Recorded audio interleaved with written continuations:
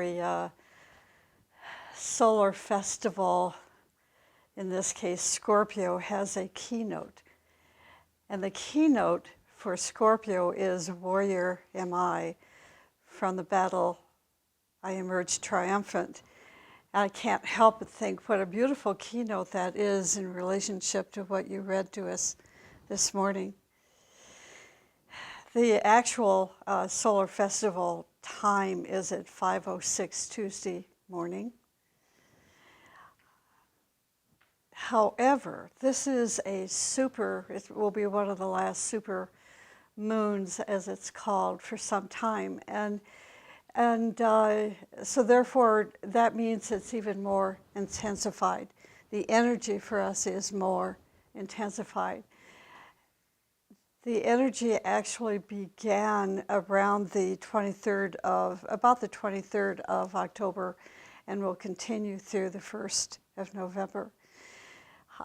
If you have 4 degrees of fixed signs in your chart, which would mean Taurus and Leo and Scorpio and Aquarius, you're going to feel it even more so than humanity.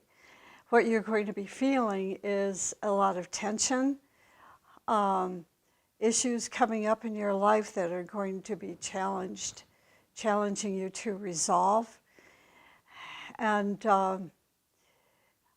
because Scorpio doesn't do anything minimally, Scorpion energies.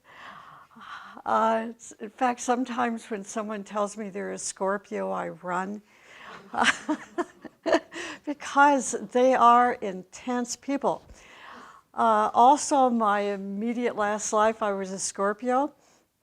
So I know very much about that kind of intensity, and I still want to run. The Scorpion disciple, on the other hand, is the highest of the high. You find initiates and senior disciples and new to the path disciple.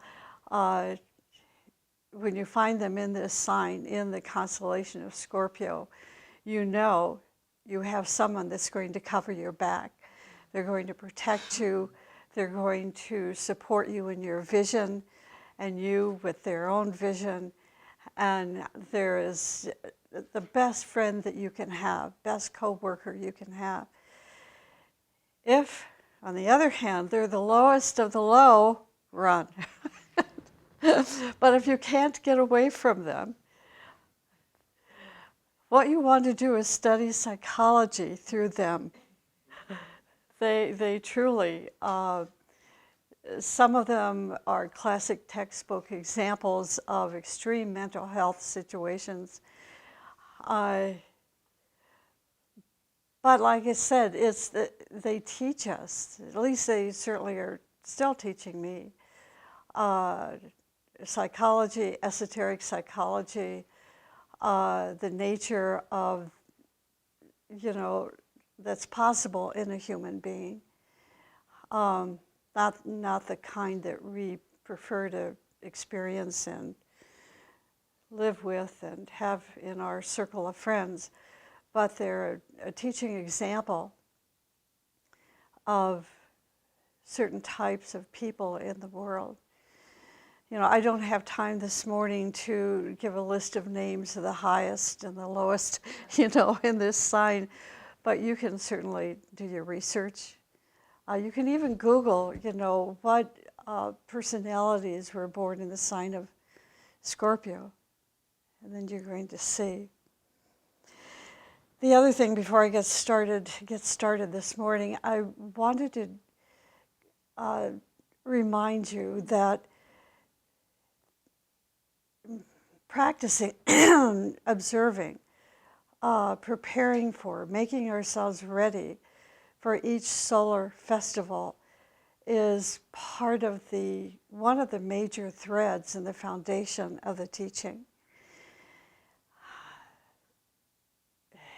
If you are online this morning for our GoToWebinar, if you are here physically this morning, I know that the teaching is an integral part of your life. I know some people don't have internet connections, and other people, because of the time zone difference, cannot always join us on the webinar. But you really should try for each solar festival. You really should try. This is when the sun isolates, through the light of the sun, isolates the moon and brings the pure energy of each constellation into your aura, activating your purpose, activating the plan of your life that was given to you right before you were born, and put you back in alignment with that purpose. If you're not here, if you're not readying yourself to practice and put into practice the resultant energy of each solar festival, that means you're running. You are running away from the potential that's been given to you in the teaching. You're going to find yourself potentially, as you move toward the end of your life, very frustrated with your life, wondering, here I am in my 40s, 50s, 60s, 70s, and on. What have I accomplished? What's the purpose of life? You're going to be asking questions that you should have asked, at the beginning of your life. Now you're at the end. You're disappointed. You're frustrated. You feel like life has dealt you a low blow. Your health isn't good. You have anger in you, anger issues, relationship problems to the extreme. You're just not a happy person.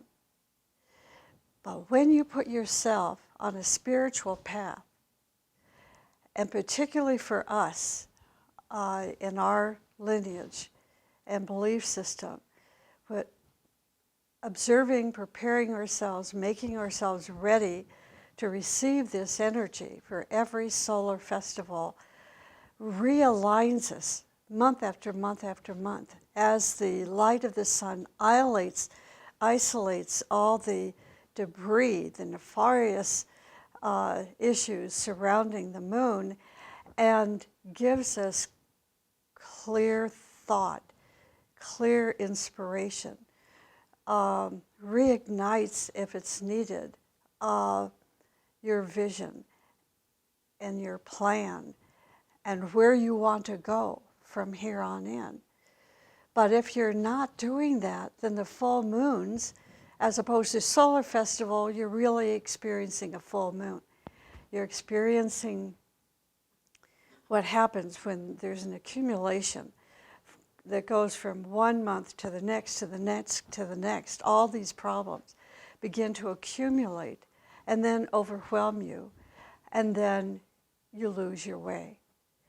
But if you have prepared yourself and you're using the rays and the virtues, putting them into your life as you celebrate this solar festival, when you reach that point of your life where you're slowing down a little bit,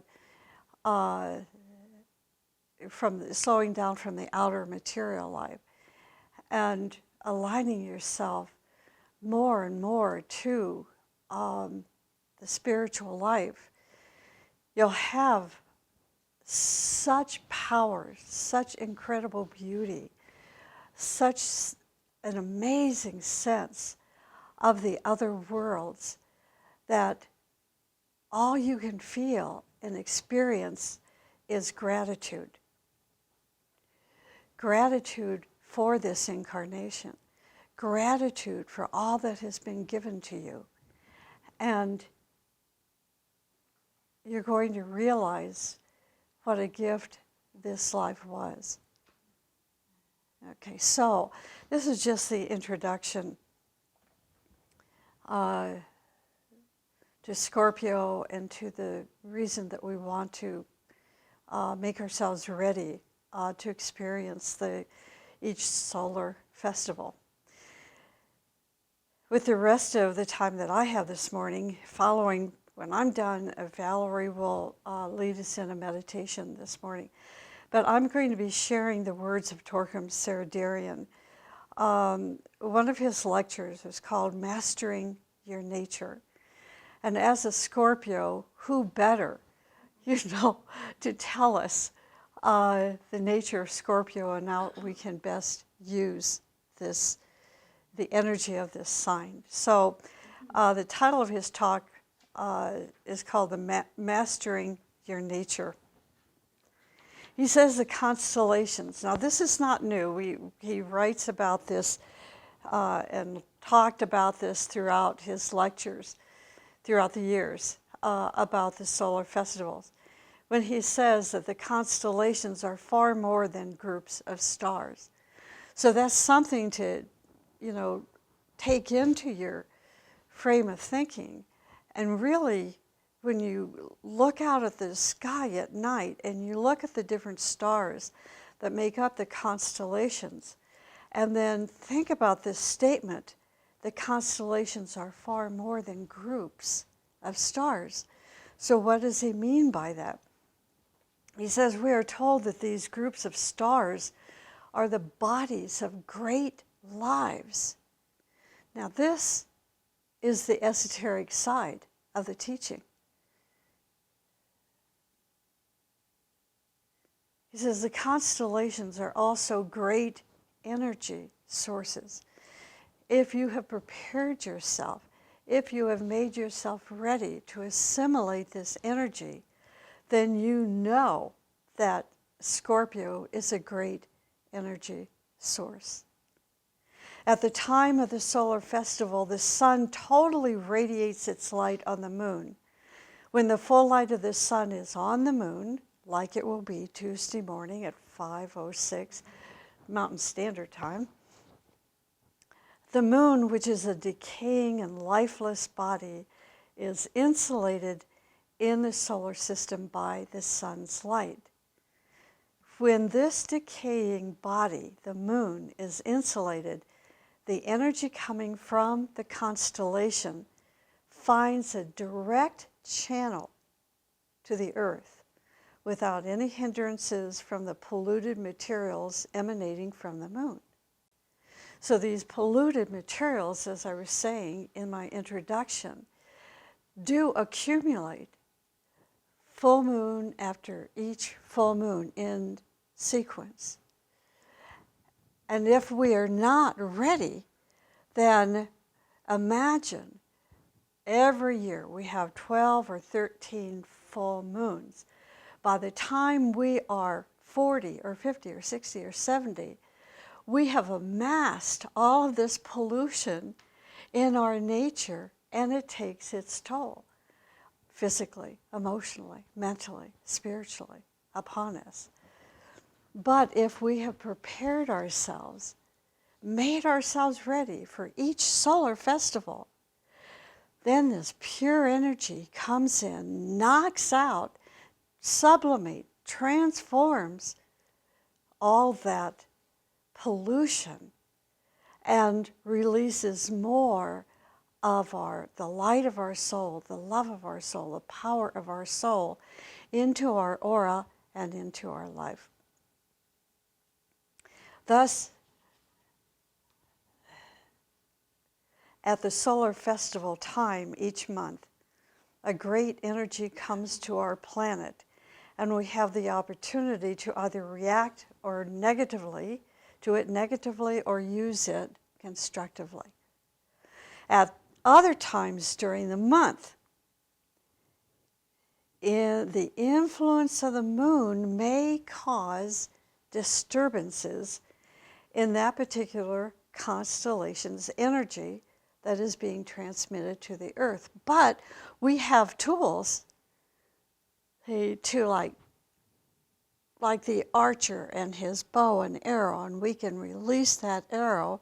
And as these problems come to us, these disturbances come to us, we can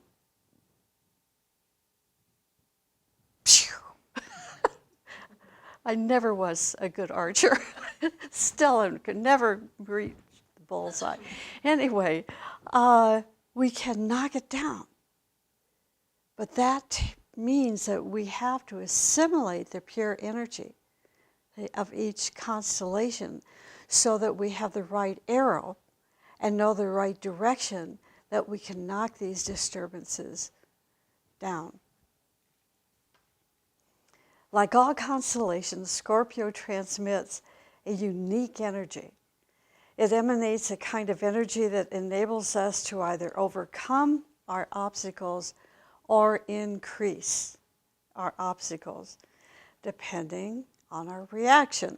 Now, if we are an earthbound person, that means money-bound, sex-bound, possession-bound, hatred-bound, fear-bound.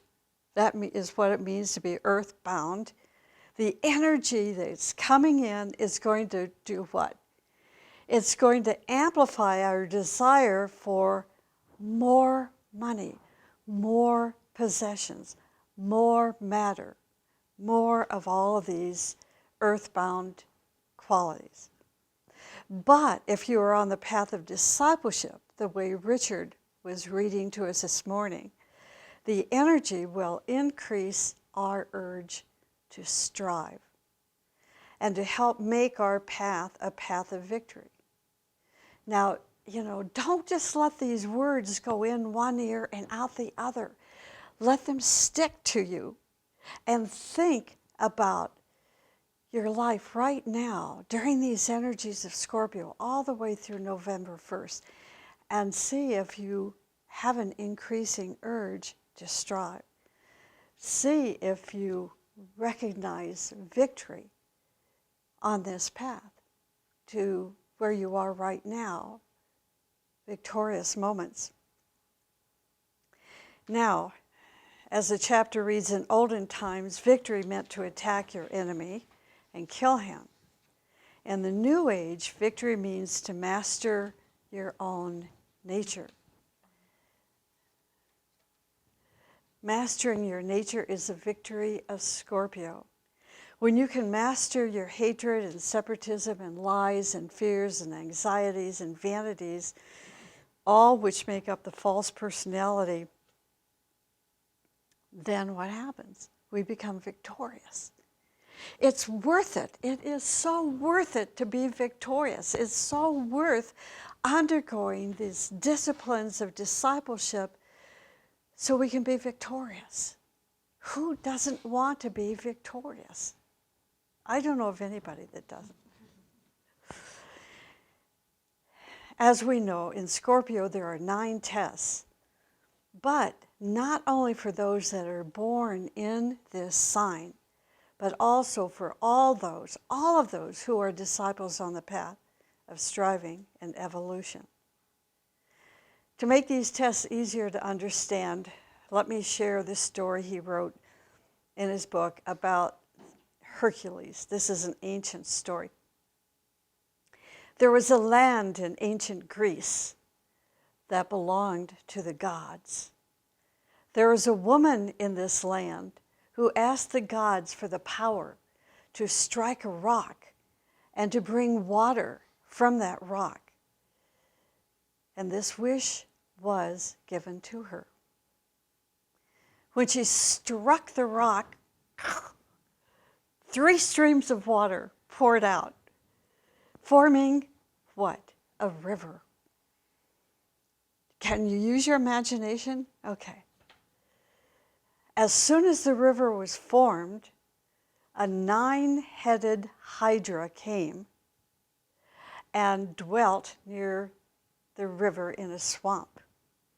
Nobody was able to drink the water that was flowing from the rock because the hydra would eat them if they went near.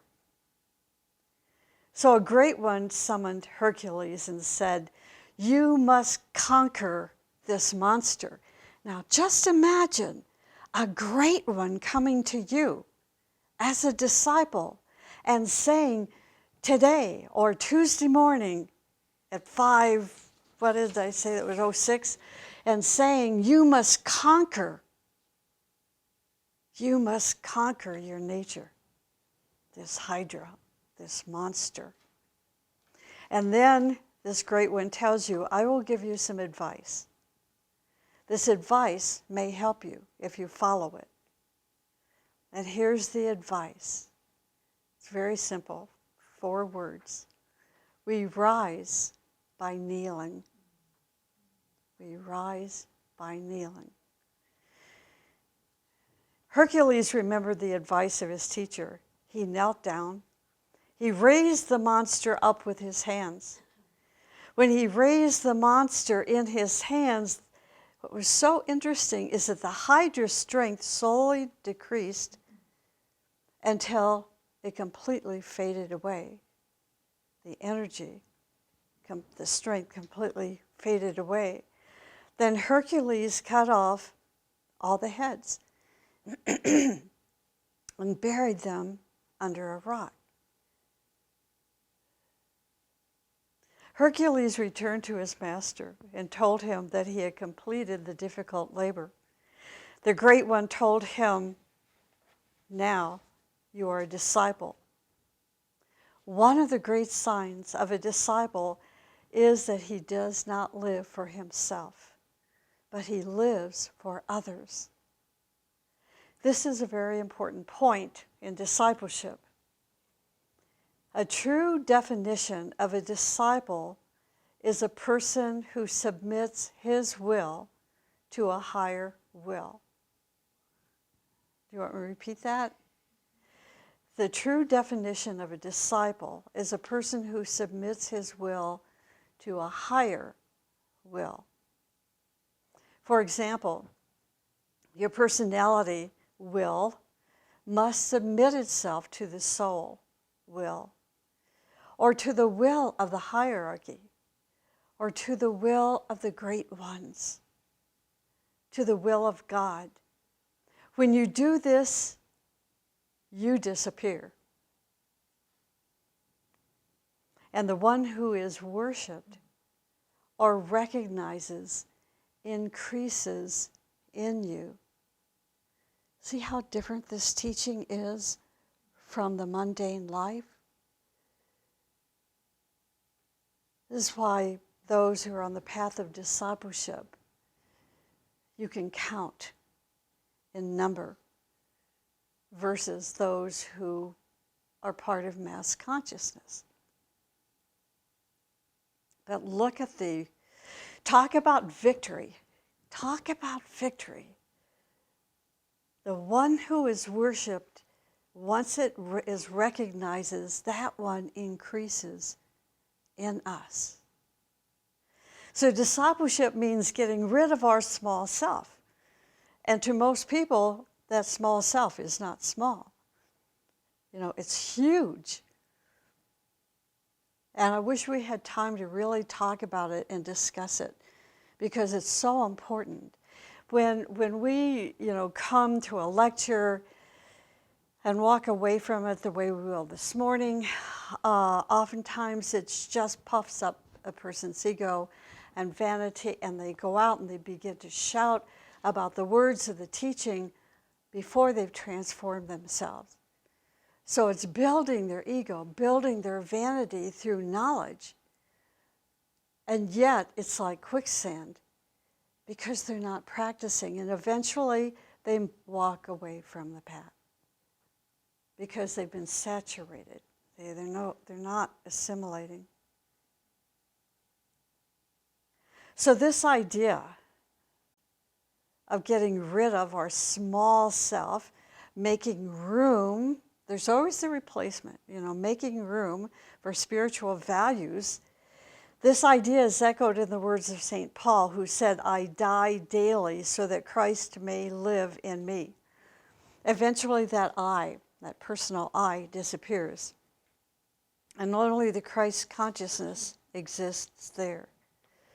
Then you are no longer a person. You are a Christ or a Buddha. So then the chapter goes into examining the symbology of the Hercules story. The land where the Hydra dwells represents the personality, the land where the Hydra dwells, okay, represents the personality. The personality is the physical body, the emotional body, the mental nature. And the rock, this is interesting, the rock is a symbolism found in all religions. It represents our foundation. The rock represents our foundation. The divine self. In other words, the innermost reality that's within us. The woman who hit the rock, remember her? Right? Represents the solar angel, our inner guardian, who makes the life-giving streams of water pour into the personality. Notice in the story that as soon as she did this, the monster with the 9 heads came and started to make trouble and eat people. The ego, the vanity, all of these things, right? The monster is a person who is identified with the earth, and such a person has 9 heads. There are 3 physical heads, which are sex, physical comfort, and money. Then there are 3 emotional heads, fear, hatred, and this is an interesting one, ambition. Ambition is one of the emotional heads. Fear, hatred, and ambition. And then there are 3 mental heads, pride, separatism, and cruelty. It's a mental head. A person becomes a monster with 9 heads when he identifies with the world and with matter. Such a person loses his divinity and his spiritual beauty. The most important goal for a disciple who is under the influence of Scorpio is to kill the Hydra and bury these 9 heads under the rock. And this is where the teacher comes in, who either gently or forcefully will give a hint or give a suggestion. Do this, try this. If you still have all 9 heads and you only listen to the teacher through your ego and vanity, you'll walk away from the opportunity to slay one of the vices or to slay darkness in your nature. This is a person who has put themselves ahead of their soul, who has put their personality ahead of the soul. And the teacher comes in, and if the personality is so strong, the teacher may have to yell at you or hammer you. But if you're almost there, the teacher will gently encourage you to take a look at this Hydra and slay it. We must become totally controlled by our inner light, our inner divinity. Our personality, or our physical, emotional, and mental natures must be transformed and become very beautiful and radioactive. Then they will be the expression of divinity on earth, these 3 bodies. You can transform your personality by cutting off the 9 heads if you are willing to do this. Scorpio is a double sign. It is both a scorpion and an ego, the highest and the lowest. Because a person who conquers the Hydra changes into an eagle. This means he flies into the heavens and in space, which knows no bounds. If you're an artist, you could draw this. He is not limited to the earth. A great transformation happens in his nature. Has this transformation happened within you yet? Is it in the process of occurring? we try to slowly subdue and conquer and then master this 9-headed Hydra. So the first head to conquer is the sex drive. To sever the head of sex means in ancient symbolism to master, sublimate, transform, and use sexual energy for creative purposes.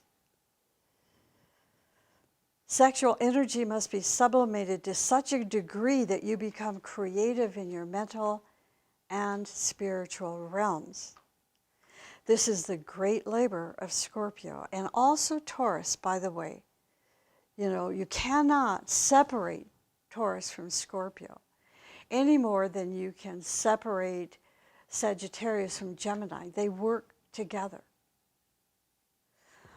A disciple must be creative if he wants to receive the highest benefit from the energy of Scorpio. The second head then is to conquer physical comfort. A disciple is a person who is always ready to sacrifice his comfort for the service of someone else.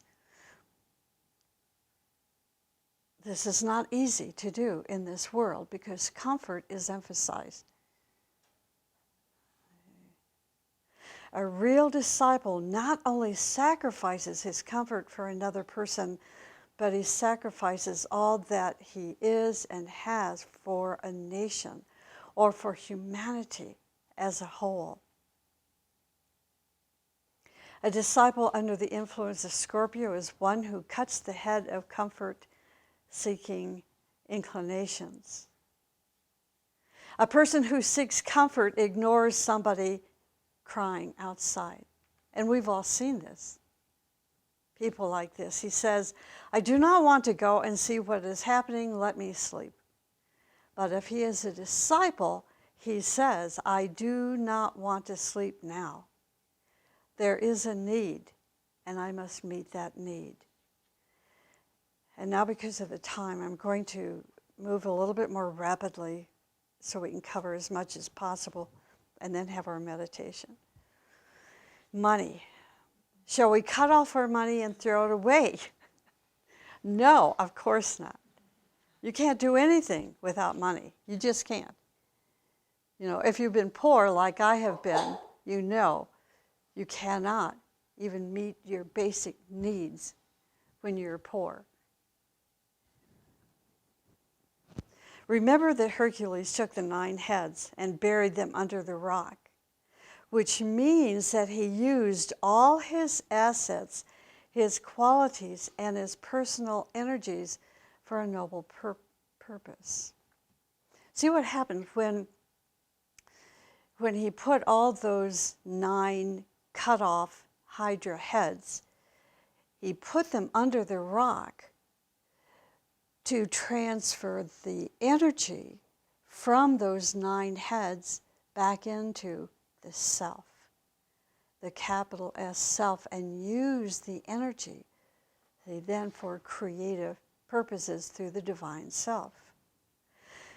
Money that we receive or earn must be used for a higher purpose.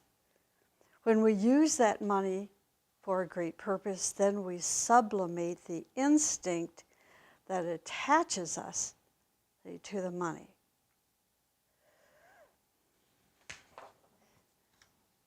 Once you detach from that money and start using it for a greater purpose, you cut that head which was attached to you. I was thinking about, you know, the offering and other things that we contribute our money to in the group, and how some people will leave, say, $3, and then they'll run out to lunch and pay $20 for their lunch. But they could only put $3 in their offering. And when you look at all that this group does, we can take that $3 and multiply it into 9. But when you spend $20 for lunch, that money is not multiplying, it's disappearing. So why not put $20 in and go spend $3 for your lunch? great idea. So discipleship is the life of discipline. Some people think that when they go to lectures and listen to beautiful words that they are already liberated and saved. But we know this is not true. A disciple becomes a disciple through a life of discipline. Discipline means to conquer matter with our spiritual self. Fear is one of the heads of the emotional hydra. If we sit down and examine ourselves, we're going to find many fears within our mind and emotions. One of the most common fears is the fear of death. There is also the fear of losing reputation, the fear of sickness, the fear of unemployment, the fear of the unknown. This is why White Mountain has a focus group called, what is it called? Death and Transition. We changed the name from the original to something a little bit more positive. But it's so important because this is something everybody is going to experience. Whether you're high or low, you're going to experience death. And most everybody that I know of, very few people don't have. There are very few people who don't have a fear of death. So that's one of our points of education. And every year we come back into our conference, and our focus group studies this. And this year for conference, they're going to talk to us about what they've learned, and they're going to share with us about death and transition. And because we're short of time and we're going to run over this morning, I'm going to skip over some of these things.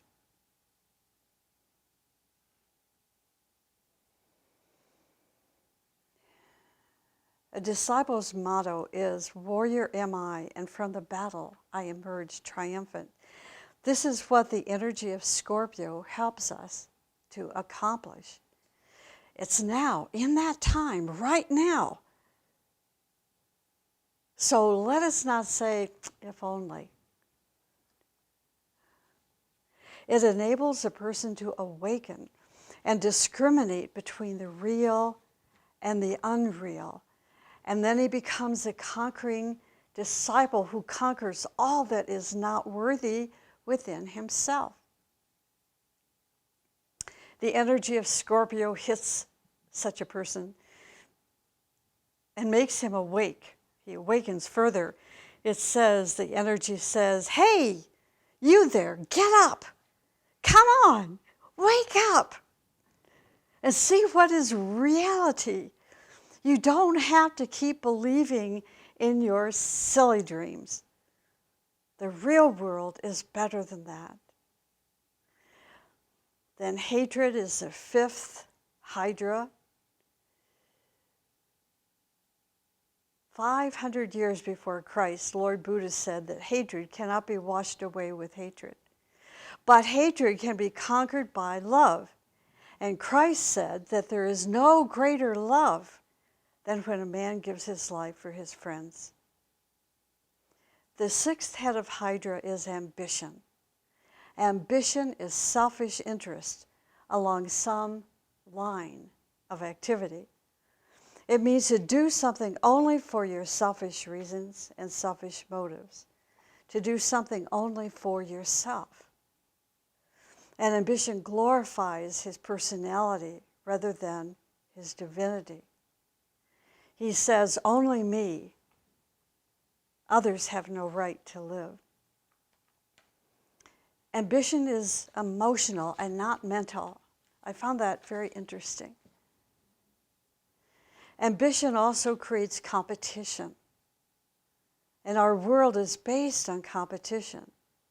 Great teachers tell us that in the new age, competition must be replaced by cooperation and sharing.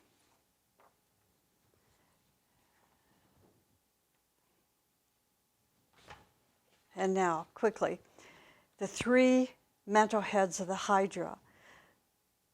Pride. The one cause of pride is the fear that we will not be of value or valued by others. So then what happens? We show off to tell others and show others how important we are.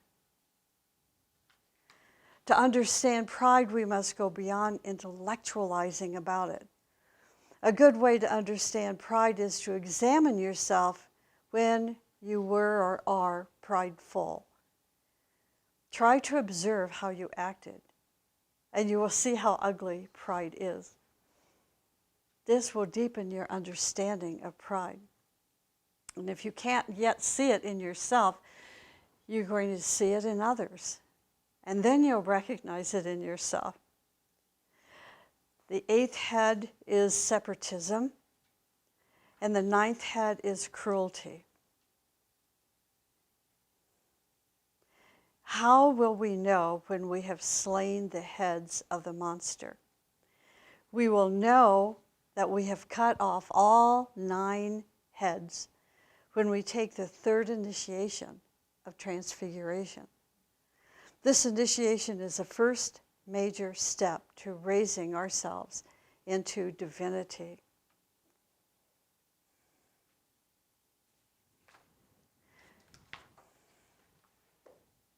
Christ said, "The greatest among you must be the servant of all."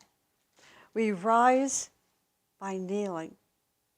We conquer by surrendering. We gain by giving up. In the end, Hercules cut off the heads of the Hydra and buried them under the rock, buried them under the divine self, the inner rock. The story of Hercules symbolizes a great and beautiful teaching. The Christ within you, your divine fire, must eventually conquer the entire world.